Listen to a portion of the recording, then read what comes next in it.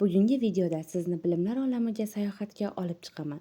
Dunyo bo'ylab millionlab kitoblar, qadimiy qo'lyozmalar va noyob manbalarni o'zida jamlagan eng yirik 5 ta kutubxona haqida bilasizmi? Agar kitoblarni yaxshi ko'rsangiz yoki shunchaki dunyo sirlariga qiziqsangiz, bu video aynan siz uchun. Marhamat, boshladik.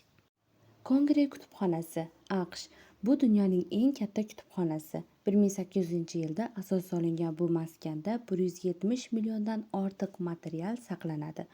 Qo'lyozmalardan tortib xaritalar, audio yozuvlar, suratlar hammasi bor. Bundan tashqari u 470 dan ortiq tilda yozilgan manbalarni o'z ichiga oladi. Hatto har bir AQSh prezidenti bu yerda iz qoldirgan. Britaniya kutubxonasi Angliya. Londonda joylashgan bu kutubxona bilimlar xazinasining haqiqiy namunasi. Bu yerda Magna Carta, qadimiy Qur'on va Injil nusxalari va hatto Leonardo da Vinci yozuvlari ham saqlanadi. Har yili 3 milliondan ortiq yangi material qo'shiladi. Javonlarning umumiy uzunligi 600 kilometrdan oshadi. Rossiya davlat kutubxonasi Moskva. Rossiyaning faxri bo'lgan bu kutubxonaga 1862-yilda asos solingan. U 47 milliondan ortiq materialga ega. Agar rus adabiyoti yoki tarixiga qiziqsangiz, bu yer aynan siz uchun jannat.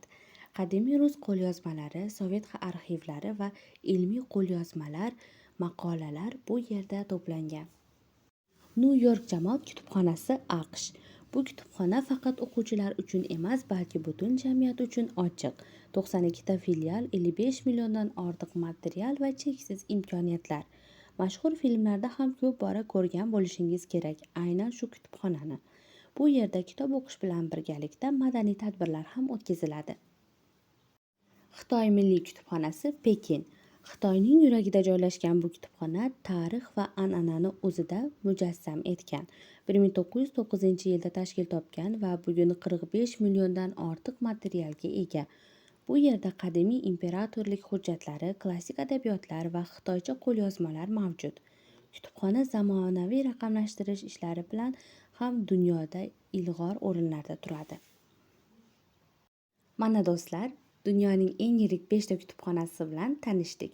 Qaysi biri sizni eng ko'p hayratlantirdi? Izohlarda yozib qoldiring. Video yoqdi degan umiddaman.